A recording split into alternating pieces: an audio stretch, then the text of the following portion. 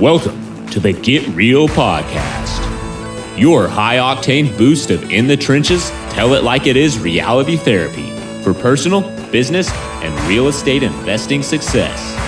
With your hosts, powerpreneurs, Angela Thomas and Ron Phillips.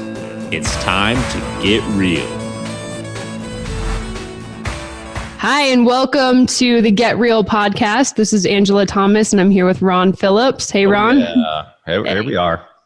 Hey, so today we're pretty excited about this topic. One of the questions that we get the most often is, can I invest in real estate with no money of my own? We also hear, can I invest with very little capital? Is it really necessary to risk my capital? Can't I use other people's money instead? Pretty much all the same questions. So we're going to talk about that today.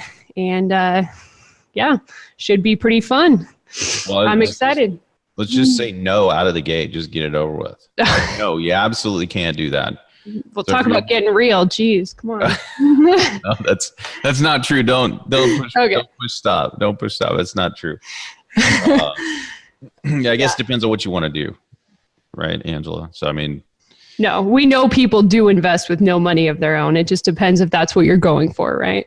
Yeah, and I think too, there's in the seminar industry, right? I think a lot of people who've been to seminars, a lot of people listening probably have been to seminars about real estate, where they tell you that this is super easy. You can do it in 4 hours a week with no money and basically no talent and nothing. Like you could put a monkey on a corner with a sign that says, I buy houses, have him flip it a few times, and you're going to get flooded with deals to buy, right? I mean, that's how it works. It's so easy.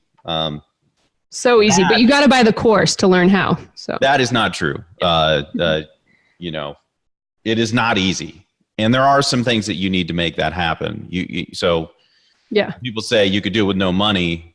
Well, that's true, but you do have to have a couple of other things because I think there's three things that make up a deal. There's money and there's knowledge, and you got to have time to be able to do the deals. So then you can usually do it with two of the three, but you can't do it with one and you can't do it with none. So If you don't have money, you better have a buttload of time and you better have a whole bunch of knowledge about how to get it done, right? If you got a whole bunch of money and you don't have the other two, then you can find somebody to partner with and do deals because you've got the money and they've got the time. Isn't there a song about that? I got the money, you got the time. Looks. I'm sure there is. I think it's you got the looks, which in this case doesn't apply. You can do this and still be ugly. I know a lot of ugly people who do this. Yeah. Very successfully, I might add, ugly people. Would you say that it's a requirement? I don't think, no. You can be good looking or ugly. It doesn't make it or just average too, and it'll still work. Okay. Not everybody is as sexy as we are. I completely derailed this whole thing. Okay, whoa, where are we? Lost. So Ron, let's talk about the different things that you can do. Let's say, I do have a lot of time and I want to gain the knowledge, but I don't have a lot of money. So, what are your options if you decide you want to go out and get in the real estate game with no money? Well, let me tell you what I did, because that's exactly what I did.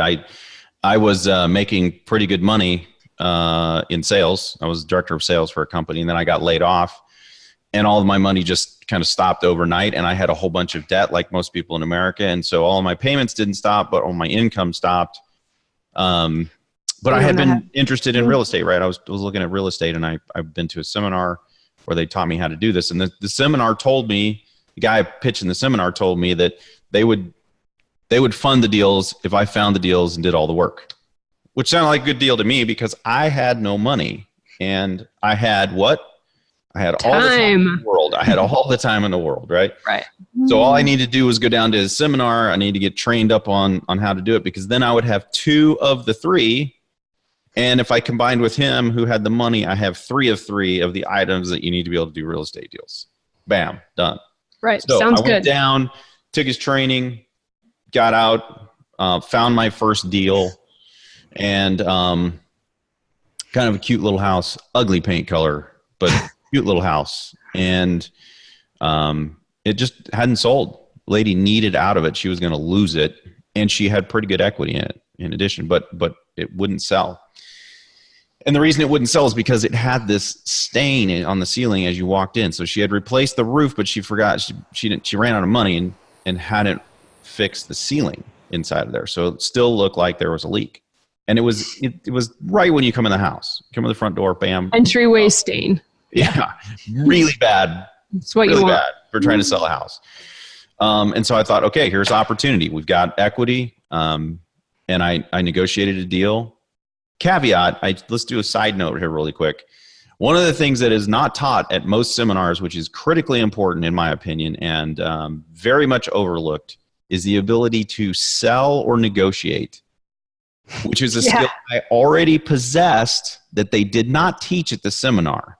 So I think a large part of why people don't have success doing this with no money, one of the biggest reasons is because they can find a deal, but when they actually go to try to negotiate the deal, they can't do it because they don't have the skill set to be able to do that. Right. How much time and money do all of our friends in the real estate game spend training their guys who go out and negotiate those deals? I mean, they don't just take them and throw them out there and say, hey, go buy this house, you know? Yeah. You have no skill set at all to be able to talk to another human and negotiate, because negotiation is the big deal. Right. And helping people get what they want and at the same time getting what you want. I mean, there's a skill set to that. It's not the easiest thing in the world. So I did not get that training. I got nuts and bolts training on how to do deals, how to transact, how to find, that kind of stuff, right? And I went out and did that. So side note, just understand that most courses don't have that, and you have to have that in order to be able to be successful at this business. So coming back to the story, I found this, I submitted it to the dude, and they denied it. Like they weren't going to fund it, which for a day, I was really bummed because I didn't have the money to go do the deal. And I'm sitting here going, okay, I have a great deal here, but I can't do it because the dude that was supposed to fund this thing that I gave money to is now not going to fund the deal. But that's when creativity kicks in, right? He did teach us how to go put stuff under contract. I already had it under contract. All I needed to do was solve my problem. And what was my problem? The reason this house wouldn't sell, it was because of a big stain, the entryway stain, you know. So what do? I also do not possess the skill set to be able to fix anything in my house. You can ask my wife. She actually does not allow me to even try to fix things anymore because I usually break them worse than they were to begin with, even little things. So I just hire people to do that. So here I am now. I need to fix this. I have no money to hire somebody, and I have no skill set to be able to do this. So you just, in those instances, you look outside, you say, okay, how can I make this deal work? It was real simple. My brother knew how to do it. So I went and got my brother and I said, hey man, come help me do this deal. I'll split the deal with you. You do the work and then we'll put it on the market. So what I did was I put this property under contract on an option. It was an option contract. And I had 30 days on this option. My option consideration, because I had no money, was that I would fix this hole, which my brother assured me wouldn't cost very much. And he was right. It cost, I think we bought one sheet of drywall. Nice. And it was a popcorn ceiling. So we bought the little popcorn crap and some plastic sheeting so we didn't get crap all over the place. And within a day or two, I can't remember, we had this thing done. It was ready for the market.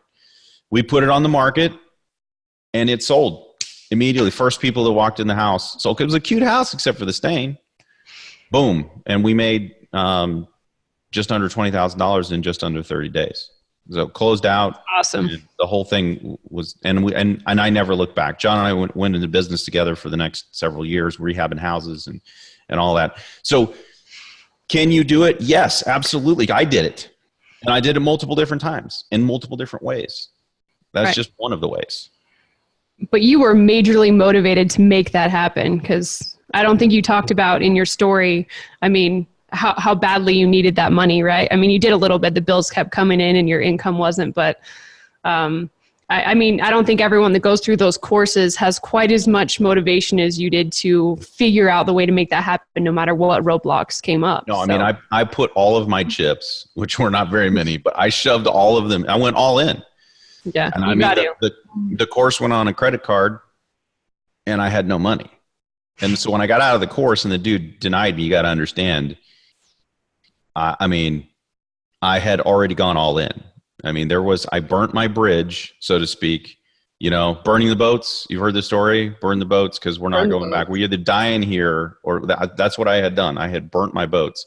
So it was either go get another job or I was going to make this thing work. Right. And I had already found out that there was no security in jobs. So everybody thinks there's security in jobs until you get laid off. And then there's no security anymore. So, and that wasn't even my fault. I mean, I didn't do anything to bring that on. So can you do it? Absolutely, you can do it. But you do have to be motivated to make it happen. You have to have time on your hands. And you have to have the know-how to be able to do it. You don't have to pay somebody to get the know-how. You can go to your local RIAs and shadow people. You can, I mean, there's books on the subject all over the place that you can read, and you can apply yourself. But if you think you can do this in a couple of hours a day, it's not going to happen. It's not going to happen. No, definitely not. So we've established, there are ways to do it for sure, but why, is that what you really want? That's the next thing you have to figure out, right?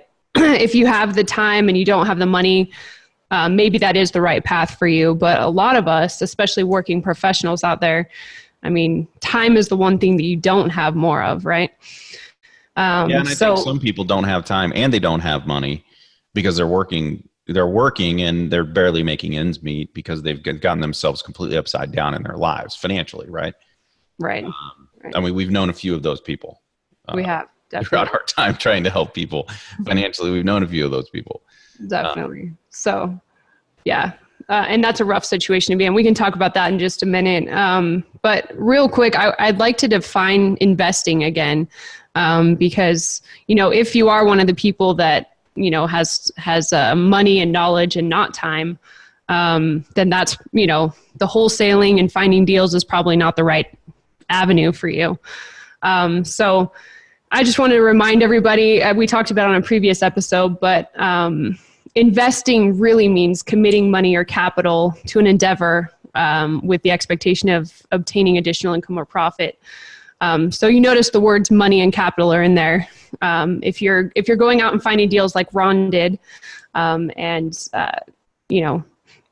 hustling all the time, that's great. That's a way to make money to invest, but it's not investing, right? Yeah. So when you go to your local RIA and you're hobnobbing with everybody there that says they're an investor and they work 80 hours a week to be an investor, they're really not an investor. They have a business. Yeah. They're in real estate. They definitely have a niche in real estate, but they are not an investor. So let's just be clear about what an investor is and what an investor isn't. Right. You can have a real estate. I have a real estate business. Angela, we have a business. Yep. But this is not an investor gig, right? We're working in the business. I mean, that's how this works. And we have investments outside of our business, much like an attorney or a doctor or, a linesman or whoever it is, right? They have a thing they do for their money. And then if they're smart, they have investments that are working outside. And it's the same thing for us. It's no different. So our company is a job. And if you're out finding deals and reselling them on the market or rehabbing or wholesaling, you've created a job, probably a really good job if you're good at it. But and it's still a job. We're not saying there's anything wrong with that either. Nothing. No. So we do it too. You can start doing what I did, and you can bootstrap yourself into creating an enormous amount of money through wholesaling and rehabbing and buying properties subject to the existing mortgage and all of these different ways you can creatively do real estate.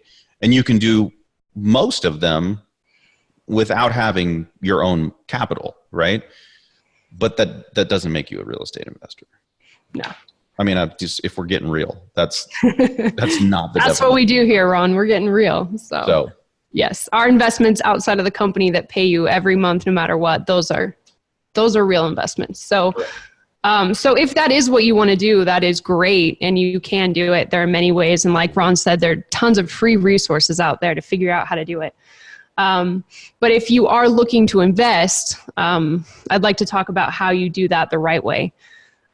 So starting out, Ron, do you want to tell everybody about Scott and Valerie? Sure. Yeah. I mean, here's a couple that came in and they were kind of what we were just talking about before. Great couple. They were just financially completely upside down. You know, they had a ton of credit card debt, other debts, and they were kind of swimming in it. And this was guys, this was back when anybody with a pull, if you were alive, you could get a mortgage, right? Right. And you could get a crazy one too, not just any mortgage. You could get a no income, no asset, negative amortization loan and pull money out at closing. I mean, it was psychotic what you could do back in the day, right? So here these people come in and they say, you know, we want to invest in real estate, and anybody in their right mind that actually sells real estate would have sold them real estate. But when we sit down with people, we go over kind of an income statement, balance sheet. We look at their finances and go, and when I looked at their finances, I just said, oh, there's no way in hell you should buy real estate. I mean, it will be the death of you, right? Anything that happens in the property and you're sunk, not only will it sink it, but it will sink you personally because you're so out of whack with your debt. I'm sorry, I'm only laughing because of their response when you said that. I mean, when you said, you know, you should not buy real estate, they were. Yeah, well, Scott was a little bit miffed, I think. Yeah. His wife was not, however. She was kind of like, hey, yeah, tell us more, because I think she was trying to. I think she internally she knew that it was out of whack, and that, you know, while they could have bought something, they shouldn't. You know, that's the reality. Right. They shouldn't have been buying real estate. Right. What they really needed to do was pay off their consumer debt, because they shouldn't have it. And if you're out there listening and you have consumer debt, you shouldn't have it. It's bad debt. It makes you the slave to the money instead of the other way around. So if you're happy being a slave, then you know, go for it. Right? You can keep it. But what I told them was you need to go make more money. And in their case, to go make more money was go get another job and use all the income for that extra job and pay your debt off. And I don't think they liked that initially. But the crazy thing is that they kind of disappeared. Now the family kept coming to all of our club meetings. This is back when we had live local meetings. And they came religiously for 2 years or something like that, Angela? Forever. Yeah. Almost the whole time I was there at that old company. Yeah. And then one day they just showed up, like the whole family showed up. Scott was there too. And they said, hey, we've paid off all of our debt, and we've saved up some money, and we're ready to invest. And I about fell over. I couldn't believe it, because usually when you tell somebody that kind of a thing, they don't really do it, but they attacked it with veracity. I mean, it was to pay off that much debt that short a time is remarkable. Yeah. So didn't they add a couple more jobs as well as cutting back their expenses to the very, very minimum, right? Yes, they did. I mean, that's commitment. I'm not a proponent. I think we'll probably do another segment on this, Angela, but I'm not a proponent of being a coupon clipper. I'm really not. I know. I know. I've never lived that way. But you have expensive food taste, you know. I do. Yeah. I'm a little bit of a snob when it comes to food and hotels, and I'm not embarrassed to say that. But no, but they did what they had to do. They committed. They jumped in with, you know. Yeah, I mean, there's certain times when you just got to buckle up, right? Yeah. So could they have done it a different way? Could they have wholesaled real estate for the extra money? Yeah. Sure, they could have. They could have done that with no money out of their pocket too. That just wasn't that wasn't the way they wanted to go about doing it. But they could have done. That's what I did. You can make a lot of money doing that. So not to get lost on the topic, because I can take us off in about 20 different directions. But in order to invest, you need to have money in order to actually invest. In order to get into real estate and make really significant income, you do not need your own money. You either need a partner, or you need, like I said, you need time and creativity and a little bit of skill set to be able to go out and make deals. You need to become a deal maker. Because if you can go out and find deals and put them under contract, the money will come.